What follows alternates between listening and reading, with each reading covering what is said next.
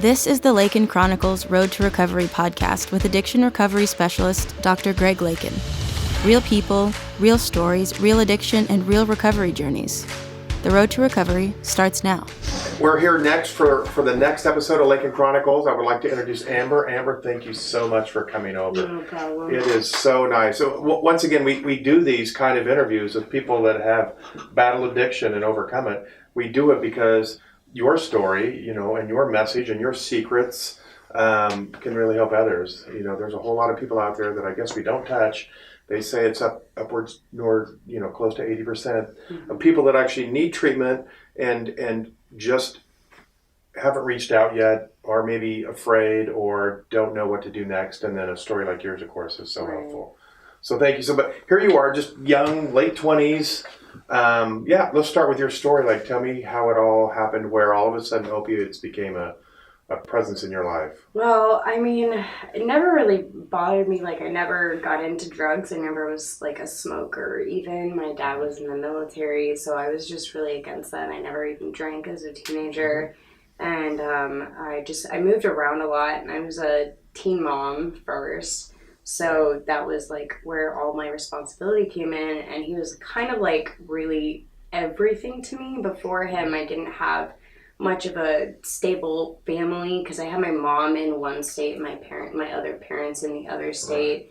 Right. And you're how old at this time before you have your first baby? It's like right when I had my first baby, I was 18, 19. Okay. Right. So I still hadn't graduated yet because I was held back a year for being too shy. I guess I always had like a little bit of anxiety even when I was younger. Oh, wow. Yeah. So I think it was just because we moved around a lot. So it was really hard to like meet new people over and over and over again.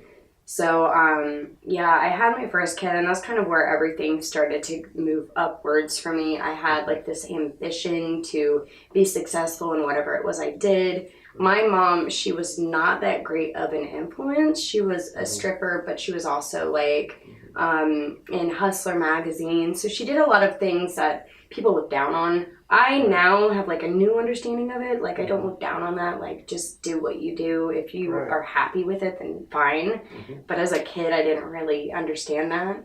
So I didn't want to go that route. I just wanted to get like a normal job and make my own way in life and raise my kid. And so it was just me and him. And then eventually I kind of wanted more. I felt like he needed a father figure in his life because he didn't have that, and I wanted that for him. I wanted to have the stability for him that I didn't have. So that's where I met my husband like 2 years later. But I was already with somebody at this point when I met my husband. And so my husband came in as kind of like my savior because I was in a really abusive relationship, very controlling.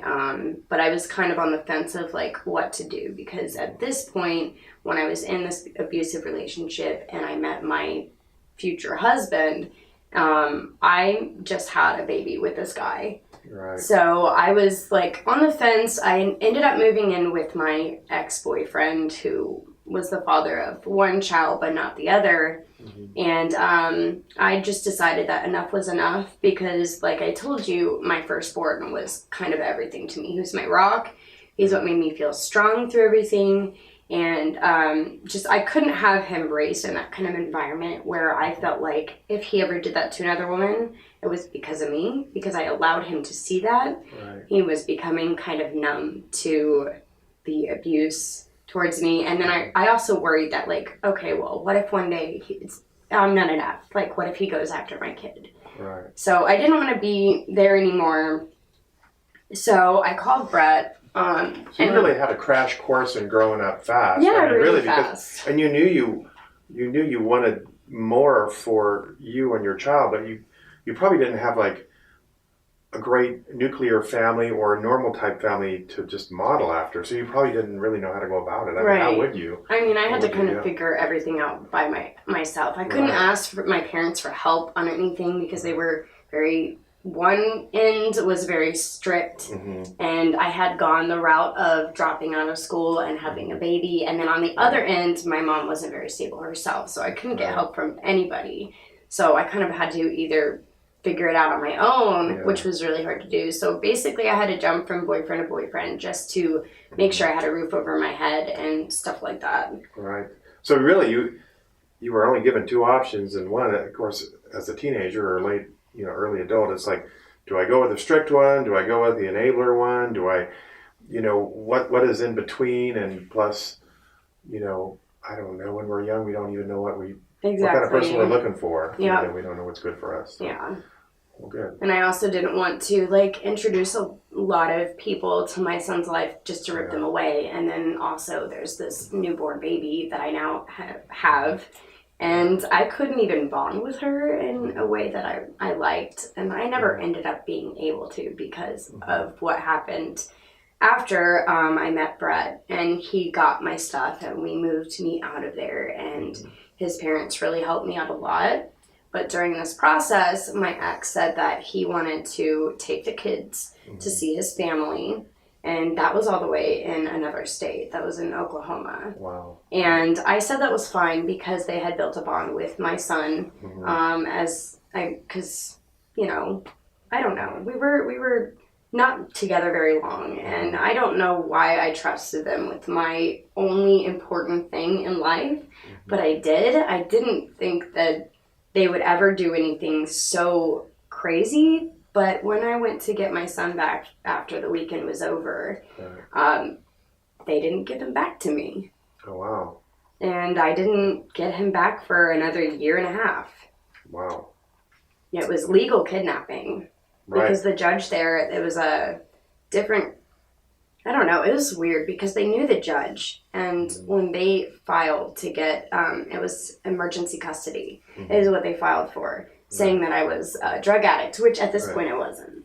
Yeah. I had never touched anything. I'd never even smoked weed. I didn't drink alcohol. I didn't do any of it. My only reason for being was to raise my kids and to make money to give them what they needed. And, that was it. Kind of small town. I mean, yeah. You go in front of a judge, only one side's heard. They make whatever claims they want. Yeah. And they make a decision based on. So me, I was in Wichita. Yeah. They had my kids in another state that was a very, very small town. So here, when I realized they weren't bringing my kids back, I immediately called the police. And they made a kidnapping case and everything. Right. But then when we figured out where they were, that's where it became a problem with jurisdiction. And so they couldn't help me unless I got them back here. And I mean, what am I supposed to do? I don't drive. I don't have a car. I don't even have a license. I have no money to do anything because they literally went to my job and threw such a dramatic fit in front of my job that they fired me.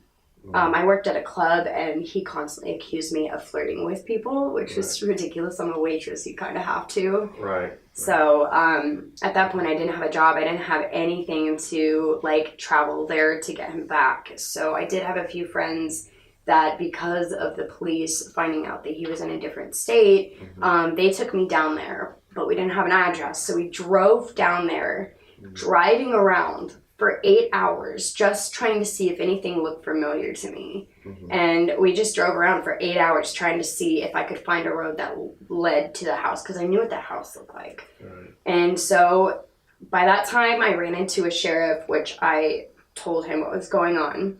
And he was able to get in his vehicle and do some information search on his little computer thing.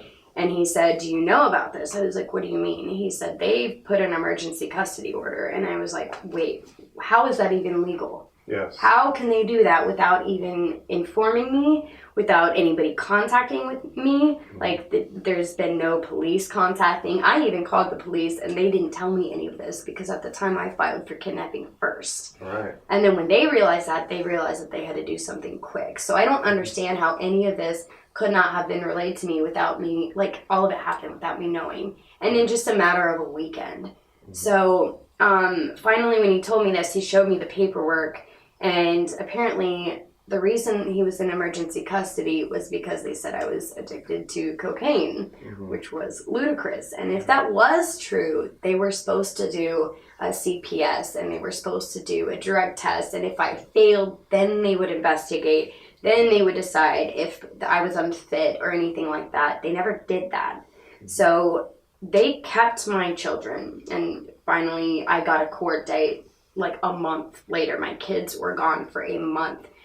My son, in the custody of people he'd never met, except for like maybe 2 or 3 times. Right. So immediately they said, well, will you do a drug test? I was like, of course. Why would I not do a drug test? Mm-hmm. And so when that came back and I passed the drug test, obviously that wasn't good enough. Mm-hmm. And they said, okay, well, she has to be like lying. She probably used somebody else's hair or what? Like, how could I do that? Yeah. So I did a second drug test, all of this coming out of my own pocket. They didn't pay for it. The state didn't pay for it.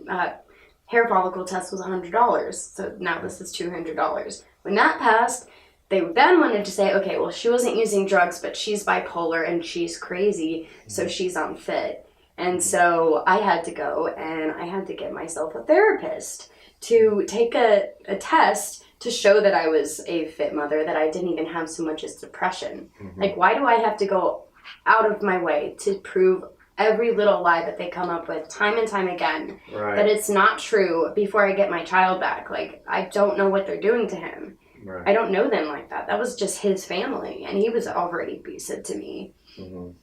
So then we ended up, like, still staying in court, and I just kept having to do things, and once I would pass it, they would come up with another thing, and it was just so stressful. I felt like I was never going to get my son back, and I wasn't really worried about my daughter because, like, that was his kid. He would never do anything to her. Right. And then I was finding out that he wasn't even taking care of my son. He just dropped him off with someone else and just took our daughter. And the whole purpose of this was that his mom said that I would never fulfill my end of the bargain. Because all I wanted when we had our child was for him to take custody of our daughter and for just me to go back to my life with my son and just be responsible for my son because I was still very young. And through all this, it was just getting so, like, it was tearing me down time and time again, over and over again. Every time I visited him, he would cry to me, Mommy, when can I come home? When can I come home? They're mean to me. I started seeing bruises on him. I started taking pictures. My son was potty trained already at the age of 1. Right. And he was now in diapers again. And also, he was sleeping in the same bed with this woman who was not his mother, and apparently wasn't even allowed to take a shower without her being in the shower, which is weird. Right. So then I wanted to start investigating for abuse, sexual and physical abuse on him, which even the evidence that I did have didn't go anywhere because, she knew the judge, and I didn't even find this out until Well, she also knew later. The system. Mm-hmm. She knew the system, and she knew how to play it, and so... Yeah. They wouldn't even let me represent myself in court, so when my dad took me up there the first time, the judge told me that he wouldn't even listen to my case until I got a lawyer, which it's my right to be able to represent myself. Right. And my dad was in the military, and he said, okay, if you want to go ahead and investigate my daughter, that's fine, but give me custody of my grandson because he is not their blood, and I've served over 21 years in the military. Why can he not be with his grandfather at least? And they wouldn't allow that. There was no reason for it. Yeah. So this went on for like a good 6 months before I found out that they bribed the judge. They paid him money to just turn me down every time, and so he was fired. There was a new judge, and things started moving very quickly. But by this time, I was, like, dealing with so much. And then I got pregnant again with me and my husband's daughter because we had moved in together at this point. I found another job just to pay for the lawyer bills. Right. So I was a health aide, like an at-home health aide, which paid pretty good money, but it was still not enough to cover the lawyer fees. I still needed help. And so this is kind of where I started, like, drinking a little bit because I was just so stressed out. I couldn't sleep at night anymore because the bruises and other things that I would see on him, it just got really hard because I didn't know what they were doing to him. Yep. There was nothing you I felt could helpless do. as a mom, and that's the terrible feeling. No one could help me. No one would do anything, and the only people who even believed me was my husband's family, and even that was far-fetched because why would this random lady just go and try to ruin my life? At one point, she sent me a text message with papers for adoption. Said, go ahead and sign these. You might as well go ahead and sign these because you're never going to see him again. You're never going to get him again. And she knew because she had bribed the judge. There was nothing I could do, and I was still a kid. This was in Oklahoma. Yeah. And, like, I had heard that it was, like, a mother state. And even if it wasn't a mother state, he only had one parent. Right. And I had never done anything wrong. I didn't use drugs. So, just, I needed to sleep at night. Right. Without dreaming about him calling out for me. And I just felt like, why not go ahead and use drugs? Like, I'm never going to get him back. So I started taking, like, painkillers every now and then just to kind of, like, help. And it didn't really help with anything, but I was already starting to deal with, like, tooth decay because of my pregnancy. And I was pregnant, and I was drinking, and I was using a little bit of drugs. I didn't know I was pregnant yet. Right. But then when I found out I was pregnant, I don't know, she was kind of a miracle, and she made me want to fight again. So I got a little bit stronger. Obviously, I stopped drinking and stopped using pills and just stopped everything. And I went and got a new job. And it was a really good job. It had, health insurance, and they paid me really well. So I was able to stay in Wichita and work, because before the home health aide, I had to travel wherever he went. Right. And so I couldn't be around Brett, and I just constantly had to go to these stupid court dates. And then when I didn't have to go to the court dates, they had to have me travel all the way to Oklahoma over and over and over again, which was so expensive on top of the lawyer fees and everything else I was dealing with. And now I was having to pay for it all by myself. I couldn't get any help through the state. I couldn't get anybody to listen to me. At one point, I think I even tried to reach out to, like, Oprah and Dr. Phil, and, like, obviously that was a long shot. Just trying to get some justice, and I'll be the first to tell you, I mean, as an old prosecuting attorney, an old city cop, I mean, the court system is bogged down. It's not only inefficient, and it's full of well-meaning people, but the system itself you can dig a hole you can never get out of. Right. And so, you hope that there's constant improvements. But yeah, for somebody like you, without income or steady income, and just there's certainly abuses of the process. There are, and there certainly needs to be some liability to those people that abuse the system. And so, yeah, you ran into a system that isn't always fair. And I was young, and they knew I was young, and then I was, like, just young and dumb, and I didn't know what I was doing, and I don't know, maybe they figured I'd give up or something. But then when I got pregnant again, I was just so much more determined, and it just kind of, like, made me see things again, like, okay, well, I'm gonna get him back, and there's nothing that they can do to stop me. They can try to threaten me with adoption all they want to, but they cannot adopt my son without my permission. Right. They're not going to sit there and back me into a corner. The judge was fired, and now a guardian ad litem had come in. And this is where things started to finally get better. The guardian ad litem came and saw that I was working really well. I had gotten a new home. I had a bedroom for my son.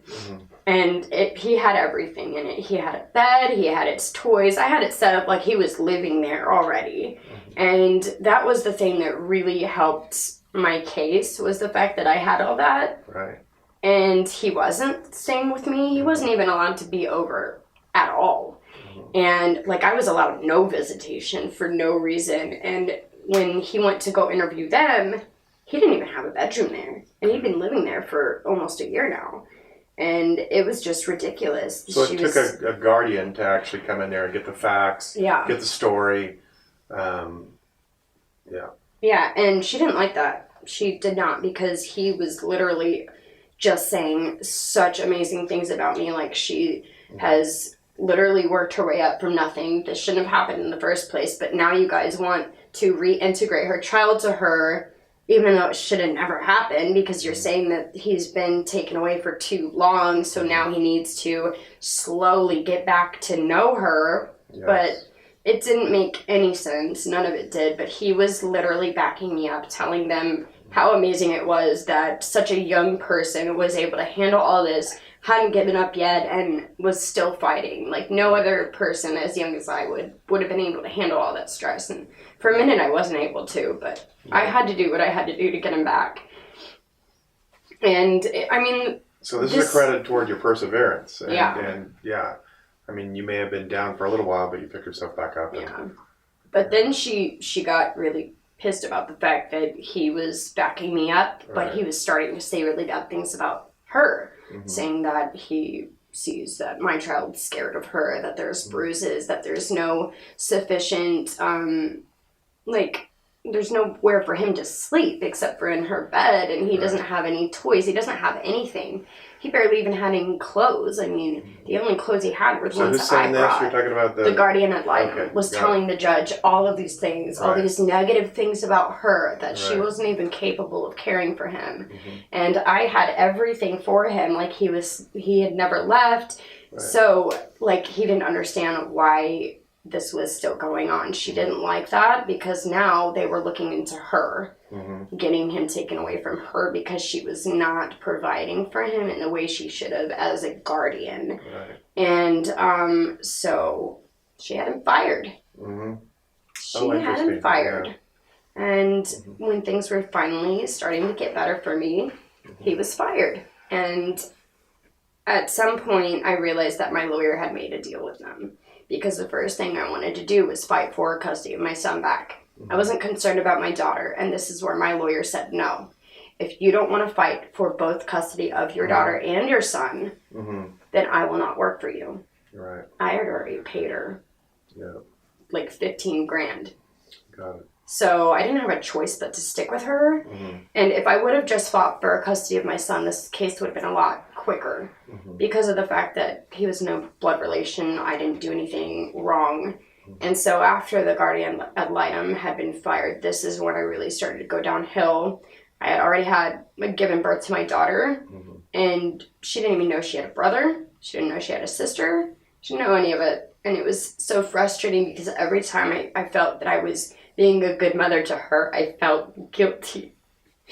Because I couldn't be a mom to my son. And that's kind of where, like, just the depression and the self-hatred took over, and I started having tooth problems because of my pregnancies and because of the pain, so that was my excuse to start using pain medication, because it was prescribed to me. And that was when I realized that was, like, the only thing that gave me the energy to keep going, so I didn't have to do any drug tests anymore, because I had already passed. There was no reason for them to go after me again, because I could easily fight that, and even if they did, I could stop using and then just get cleaned up for the test, and then I use it when I needed it, and that's what I did. I used it when I needed it for the pain, but then I also used it for getting my energy pain as well. And that's where, like, I didn't even know that I was addicted at this point until after I'd finally got my son back. And I ended up losing my daughter completely, because I had to make a deal just to get him back. I had to basically sign over my rights for my daughter, for his new wife, to be the mother, just to get my son out of there, because he was being abused. My daughter was living with her dad and his new wife, but my son was left by himself with this woman. And then she moved, and she didn't even tell the courts that she moved, which was illegal. You cannot move with a child that's not yours and then have no one know where he is. I think she was planning to run because she knew I was winning. And at that point, they had even written me a letter. Her mother, which was my daughter's grandmother, wrote me a letter and sent it in the mail. And that's really where she messed up, because she was trying to bribe me.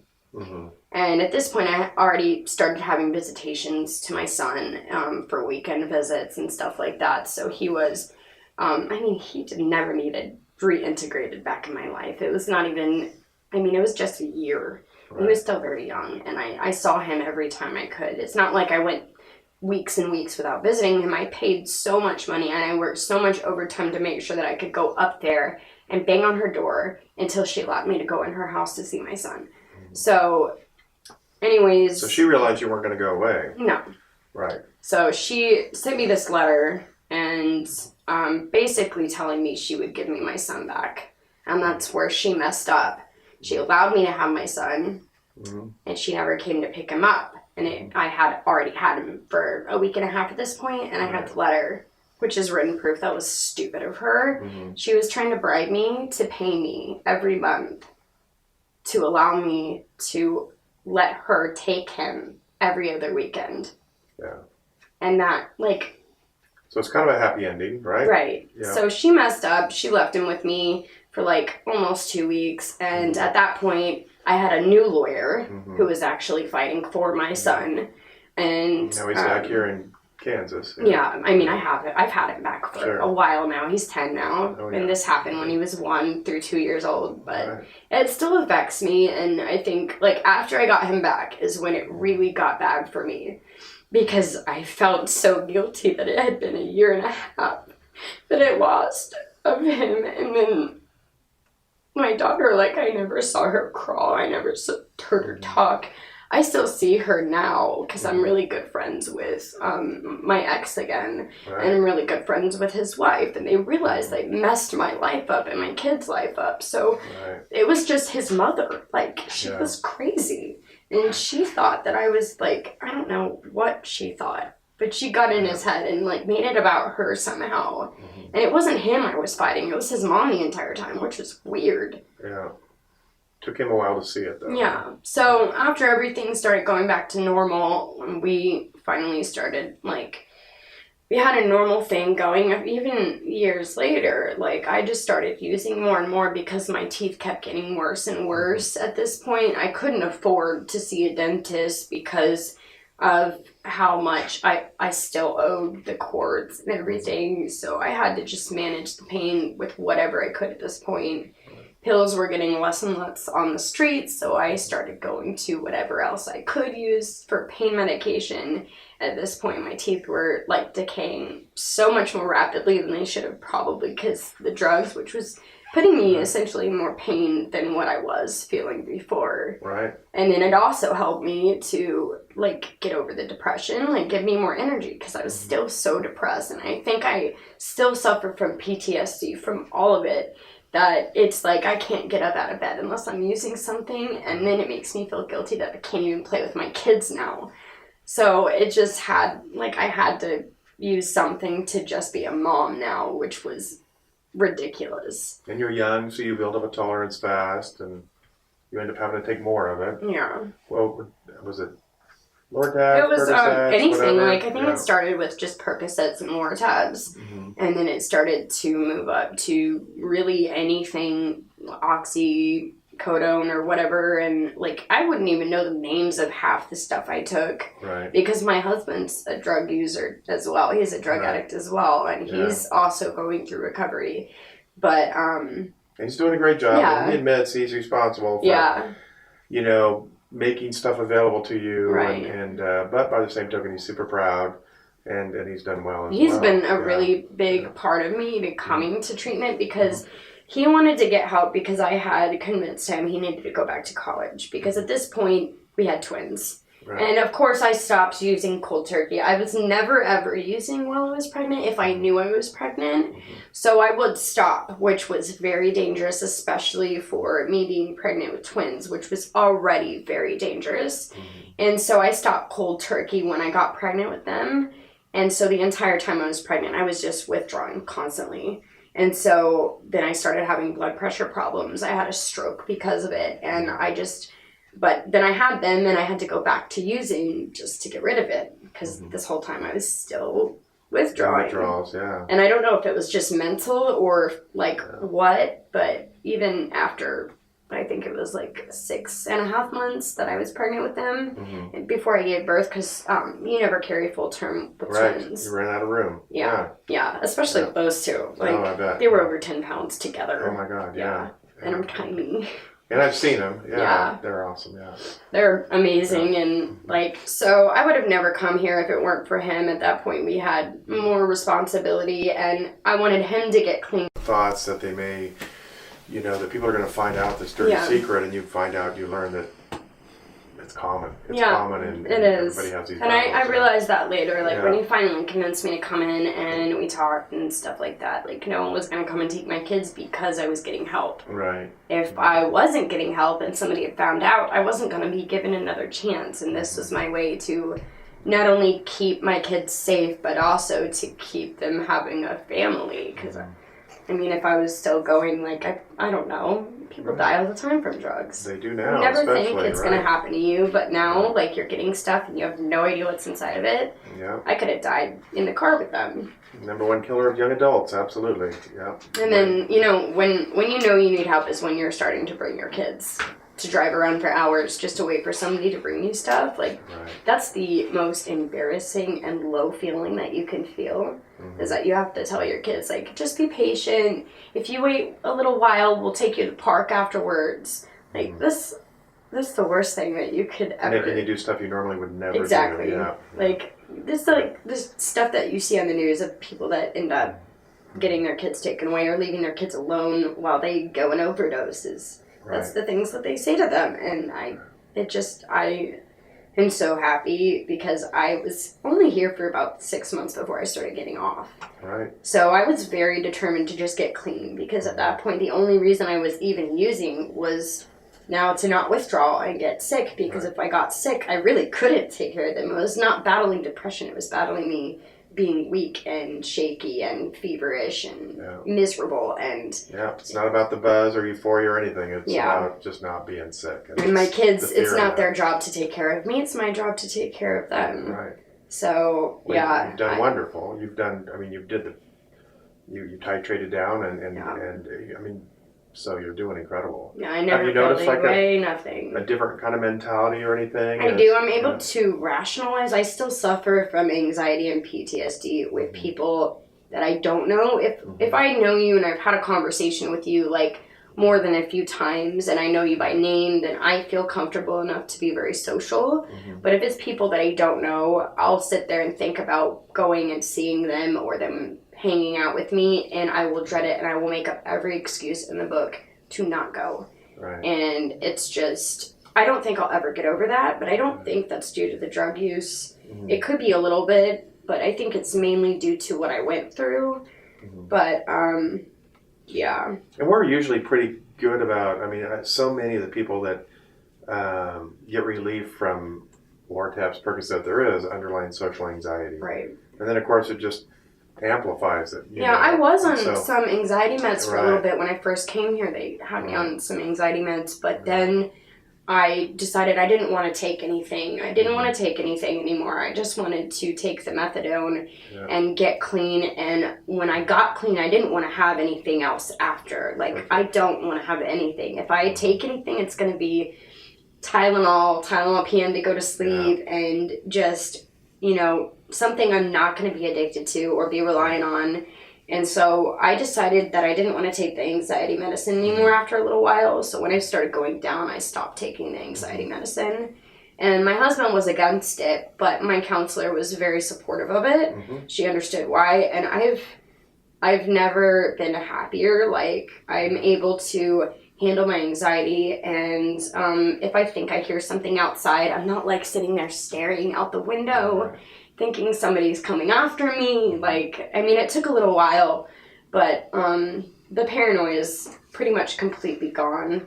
And I'm able to rationalize with myself, which I don't think I was able to do because I was relying on the anxiety medicine to calm me down, which is what I didn't want because of the way I had needed to use to help me get energy and to help me take care of my kids. I don't want to rely on anything except for myself. Because I'm a very strong person, obviously, and so I need to get through it, and then, And you've learned coping skills, and you've learned to become self-aware about when the anxiety is starting to flare up and how to calm it back down. Yeah, I can feel my yeah. like beads of sweat, or I can Right. feel my head pounding or my heart pounding, or even just like little motions like I don't know, maybe looking away from somebody, I can tell that I'm starting to get that way, and I'll be able to calm myself down.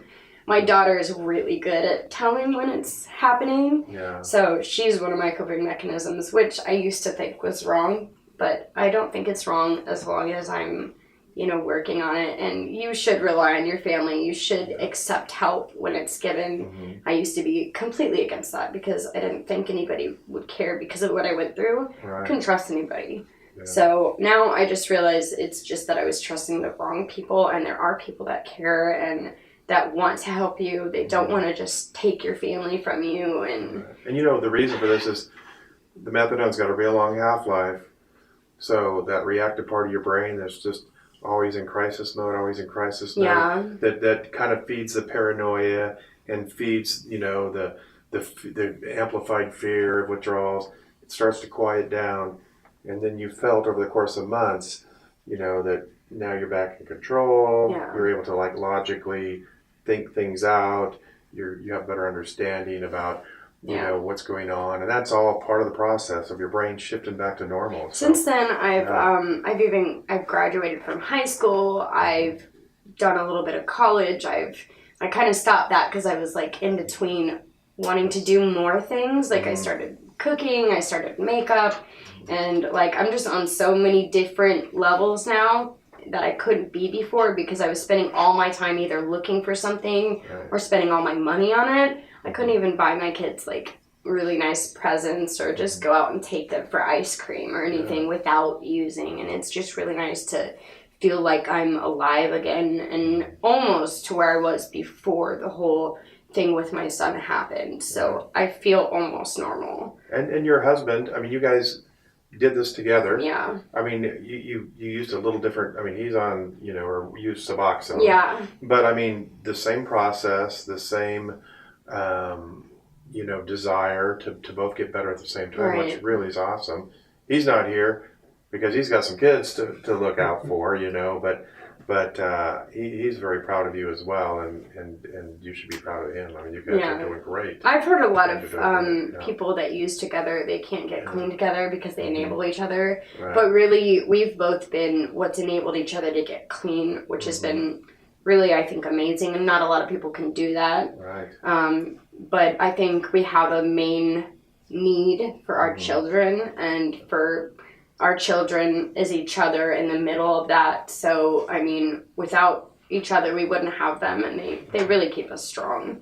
Perfect. And I'm not really ashamed to say that my kids are my rocks, because they're really everything. Well, and if your self-esteem's low, you kind of almost don't want to do it for yourself, but it's amazing when a woman, gets pregnant or has a child, and it's all of a sudden, now they're stepping up. They're stepping up for this newborn that something they wouldn't do for themselves. Right. But it worked out, and so I'm so happy for both of you, and you got a great family, and thank you. Are there any little success tidbits you want to give people about, obviously there was a time where you said, I'm done, and we're going to go get treatment together, and you guys both did it, When I realized that I was getting sick because of not using was really the wake-up call, because I didn't look at it as withdrawal, because I had never felt withdrawal before. Even when I, because if I used recreationally, I wouldn't use, and I would be fine. Yeah. But then I started being more dependent on it, and that's really what made me feel just disgusted with myself. I think that no one can get clean unless they're ready to be clean, and I think that's, the main thing is that you can find something that really makes you want to be a better person and makes you want to be clean, but if you're not ready for it, you're not going to.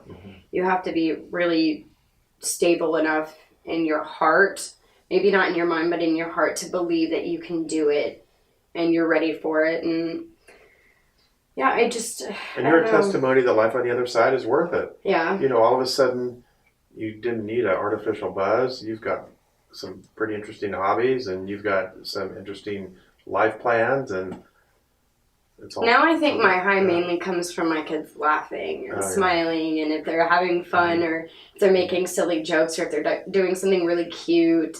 Just being normal kids is kind of what my buzz is now. And it just makes me feel really good to almost have my life back to where it was. I'm really, really close. My husband still has a little bit of work to do, but I mean, he's getting there. Oh yeah. He's been addicted a lot longer than I was, so it's going to be more of a struggle for him. But I think as long as he has a good support system, he'll be able to do it. Well, too. and that part of that support system is you. I mean, he's doing it for you and the kids as well, but he's 150% of whatever he does, right? So yeah. now it's channeled into good stuff, and he's out there kicking butt. Yeah, it's the doubt for him that I think ever makes him sway if he feels like he's not good enough for me or for the kids. That's really what brings him down. So for me, it's like if I feel like I'm not good enough, I need to do better. So for him, it's kind of the opposite. Interesting. So he has to be lifted up, whereas I have to be down to my lowest and be like, no, I can do better. Yeah. Like, I'm very competitive, and I think that's where that comes from. But well, just the fact you guys understand that about each other. Yeah. I mean, that's probably what makes it work as well. I can tell you both are rooting for each other. Yeah. You know, so that's awesome. Well, thank you so much, Amber, for coming and telling us your story. I'm sorry for breaking down. It's just I don't talk about that to a lot of people. So. No, and thanks for sharing it all, and so, the whole purpose of your coming to tell your story is just to help others, and it's very selfless. And I want to thank you again, and you could probably very well save a life or two or three. You know, and I know there's people out there that can relate to your story because there's so many young women that get mixed up in things. Yeah. You know, and children get involved, and it's super high emotion, and you don't know what to do. And your perseverance and your determination actually saved the day for them. So, good. All right, thank you. No problem. Dr. Lakin is a board-certified family medicine doctor with an emphasis in addiction medicine and over 25 years of experience. For addiction recovery services in the Wichita area, please visit www.centerforchangeks.com or visit samhsa.gov for a national directory of resources and recovery centers in your area. You can also find these links in the podcast description. Thank you for listening to the Lakin Chronicles Road to Recovery podcast. And remember, you've got this.